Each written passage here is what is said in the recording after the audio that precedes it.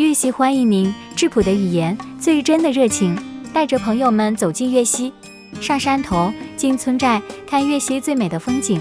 本月12月26日，成昆铁路复线运营以来，粤西站站前广场的配套设施正逐步完善当中，有拍照留影的、参观的，粤西人民处于兴奋、激动中。候车大厅正在有序地检票上火车。有爱的味道，幸福就这么多。为方便旅客出行，在站前广场1楼提供了食品、水、粤西特产等商品。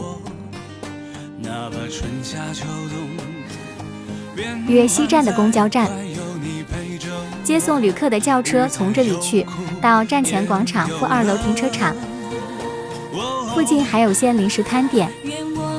暂时满足急忙赶火车及周边群众的需求。站前广场附近汇丰生活超市正在装修中，以后这里购物也方便。未来粤西站站前广场只会越来越繁华。今天就分享到这里，感谢支持。